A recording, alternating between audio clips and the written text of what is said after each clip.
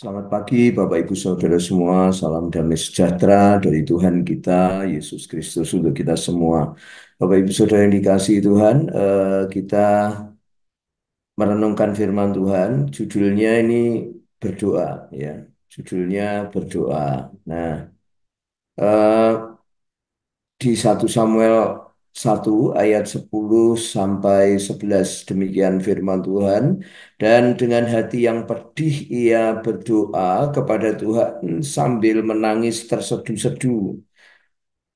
Kemudian bernasarlah ia katanya, Tuhan semesta alam, jika engkau sungguh-sungguh memperhatikan sengsara hambamu ini dan mengingatkan kepadaku dan tidak melupakan hambamu ini, tetapi memberikan kepada hambamu ini seorang anak laki-laki, maka ia akan memberikan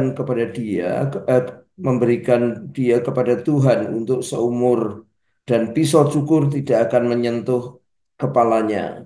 Bapak Ibu Saudara, ini doanya Hana, saudara-saudara ya. Eh, karena kerinduan hatinya untuk memiliki keturunan ilahi, keturunan yang dari Tuhan, saudara, keturunan yang bersifat rohani, saudara-saudara ya. Nah, ini doanya dia, hatinya selalu pedih, hatinya selalu saudara-saudaraku hancur, saudara-saudara, sebenarnya bukan karena oleh hinaan dari istrinya Pinehas, dari istrinya ini, saudara-saudara, tetapi memang di budayanya bangsa Israel pada waktu itu, saudara-saudara ya, kalau orang tidak punya anak rohani, orang tidak punya anak laki-laki, maka Bapak Ibu Saudara, dia terhina, saudara-saudara ya. Dia malu, dia terkutuk, bahkan dia tidak menggenapi firman Tuhan, saudara-saudara ya.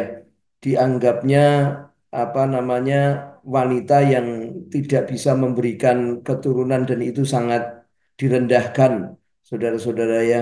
Sama seperti zaman dulu, ya saya ingat di sekitar hidup saya ini orang kalau ketemu dengan orang yang sudah menikah, pertanyaannya adalah batimu berapa, untungmu berapa, cuanmu berapa, saudara. Sebab banyak anak, banyak rezeki, saudara-saudara ya. Dan itu eh, saudara-saudara dialami oleh saudari kita Hana ini, saudara. Nah, Pak, kita mau belajar kepada ayat ini, saudara-saudaraku yang menolong kita, saudara-saudaraku, sehingga kita punya satu kehidupan yang fokus, saudara-saudaraku, kepada satu-satu yang kita sedang akan kerjakan itu, bahwa anak satu, anak rohani satu, tapi eh, luar biasa ya, memiliki kekuatan rohani, memiliki sifat-sifat Allah, memiliki ya saudaraku kepahlawanan rohani, saudara-saudara ya. Jadi eh, kita mesti doakan, kita mesti seperti Hana ini, hatinya saudara-saudaraku pedih, hancur, bukan hal-hal yang dari duniawi, bukan hal-hal yang dunia, tetapi pengen keturunan anak rohani, saudara-saudaraku. Dan saudara kita ini malu, saudara-saudara, kalau tidak punya keturunan rohani, anak rohani akan berhenti, saudara-saudaranya. Farmnya akan berhenti ya, saudara-saudara. Misalkan Panjaitan gitu ya, saudaraku, ternyata berhenti. Wah, eman-eman, siapa yang nanti melanjutkan warisanku? Nah, saudara-saudara, kira-kira gambarannya demikian. Nah, oleh karena itu, saudara-saudara, mari kita lihat beberapa bagian yang bisa menolong kita untuk kita punya keturunan rohani, Bapak Ibu Saudaraku. Kalau biasa, kalau di gereja misalkan dulu selesai retreat atau selesai retreat penjangkauan atau selesai KPI, kebaktian pemberitaan Injil, langsung dibagi-bagi, kamu kamu ini ya, kamu itu ya, kamu ini ya. Artinya kandungan rohaninya dia, saudara, belum tentu itu anak rohaninya. Bisa jadi itu anak rohani orang lain, saudara-saudaraku. Tetapi Hana ini, saudaraku, dia memang mengandung anak rohani. Saudara-saudaraku, dia memang mengandung anak rohani. Saudara-saudaraku, dan seakan-akan saya yakin, saudara-saudara, kalau dia hidup Maka hidup di GKKD Semarang gitu ya kita bisa melihat ini seorang wanita yang fokus betul pengen hidup punya anak rohani saudara-saudaraku dan pengen doanya dia Tuhan tolong Tuhan satu satu satu Tuhan gitu ya saudara-saudara kita lihat hidupnya akan menggambarkan hal itu. Nah seringkali itu hanya menjadi slogan tetapi Hana ini tidak saudara-saudara. Hana ini benar-benar mengejar, saudara-saudara. Hana ini betul-betul fokus di situ. Hana ini saudara-saudara betul-betul pengen mendapatkan anak rohani itu, saudara-saudara. Nah, mari kita lihat eh, di sini ada rahasia bagaimana cara dia bisa mendapatkannya, saudaraku yang kita sudah melihat saudara-saudaraku bahwa hatinya Hana ini remuk dan hancur, saudara-saudaraku ya pedih hati dikatakan saudaraku. Jadi bayangkan saudara, dia pedih hati bukan karena hal-hal yang dunia, saudaraku. Dia pedih hati, saudara-saudaraku, bukan karena hal-hal yang lahiriah, saudara-saudara. Ya, dia remuk hatinya. Dia mengatakan, saudara-saudara, di situ kita lihat dan dengan hati yang pedih ia berdoa kepada Tuhan sambil menangis terseduh-seduh. Kalau toh dia bersyukur, saudara-saudaraku, tapi hatinya sisi hati yang lain, dia pedih hati, dia pengen punya anak rohani, dia hanya minta Tuhan, Tuhan nanti Tuhan akhir tahun ini Tuhan saya pengen satu aja Tuhan, ke depannya lagi satu, Tuhan ke depannya lagi satu, Tuhan. Nah itu yang didoakan oleh Hana, saudara-saudara ya. Nah, dan yang kedua, saudara-saudaraku, selain hati yang remuk ya saudara-saudaraku Mazmur itu saudara-saudaraku mengatakan begini korban sembelian kepada Allah ialah jiwa yang hancur saudara-saudara hati yang patah dan remuk tidak akan kau pandang hina ya Allah jadi saudara korban sembelian kepada Allah ialah jiwa yang hancur jadi kalau saudara-saudara pagi hari ini datang kepada Tuhan hatinya remuk hatinya hancur merindukan saudara keturunan ilahi, keturunan rohani, maka saudara-saudaraku, Anda sedang menggenapi juga Mazmur 51 ayat 17 bahwa korban sembelian kepada Allah ialah hati atau jiwa yang hancur dan itu tidak dipandang hina oleh Allah, saudara-saudaraku. Ya. Yang kedua adalah mengadakan nasar ikat janji kepada Tuhan, saudaraku si ibu ini saudara-saudaraku bernasar, berjanji kepada Tuhan, saudara-saudaraku ya.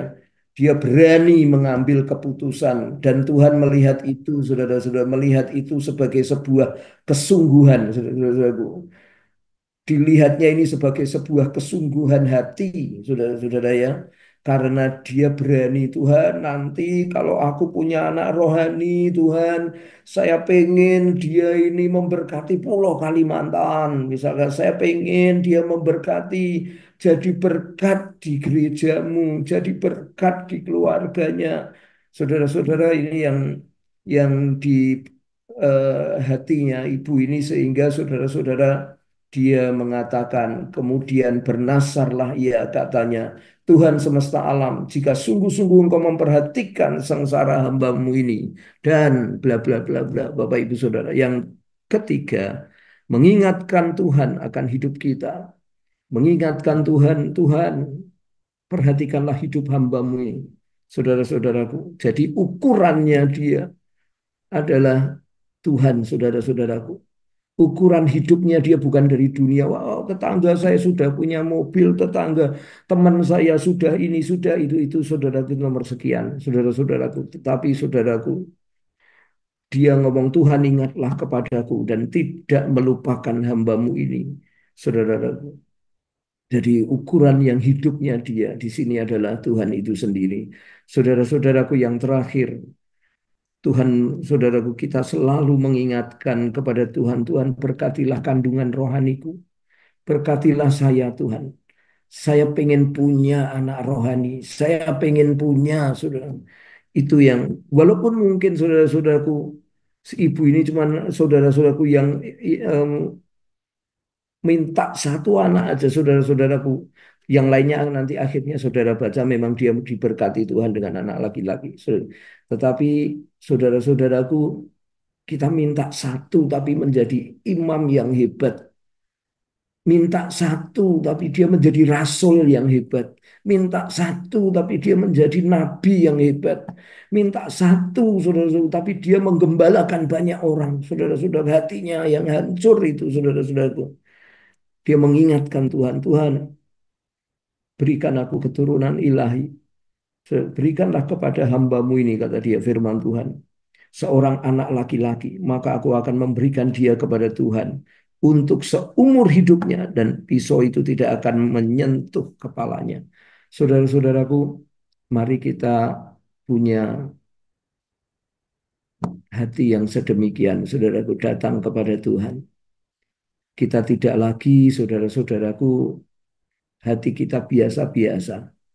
Kita mengadakan berani kepada Tuhan mengambil satu ikat janji atau bernasar. Saya ingin melahirkan keturunan rohani, berkati kandungan rohaniku. Kita mengingatkan Tuhan akan hidup kita yang tidak lagi pakai ukuran-ukuran dunia, tetapi pakai ukuran-ukuran firman Tuhan. Kita mengingatkan Tuhan akan keturunan ilahi. Saudaraku, kesimpulannya pagi hari ini kita berdoa, saudara-saudaraku, kita lihat hambanya sedang berdoa sungguh-sungguh untuk kota mana ini. Saya nggak tahu nih, Pak Sabar nih berdoa buat menghadap kota, sebuah kota ini. Saudara-saudara ya, dengan hati yang remuk, dengan mengadakan ikat janji dengan Tuhan. Mengingatkan Tuhan akan hidup kita, saudara-saudaraku. Dan terakhir mengingatkan Tuhan akan keturunan ilahi melalui kandungan rohani kita. Mari Bapak Ibu Saudara kita berdoa.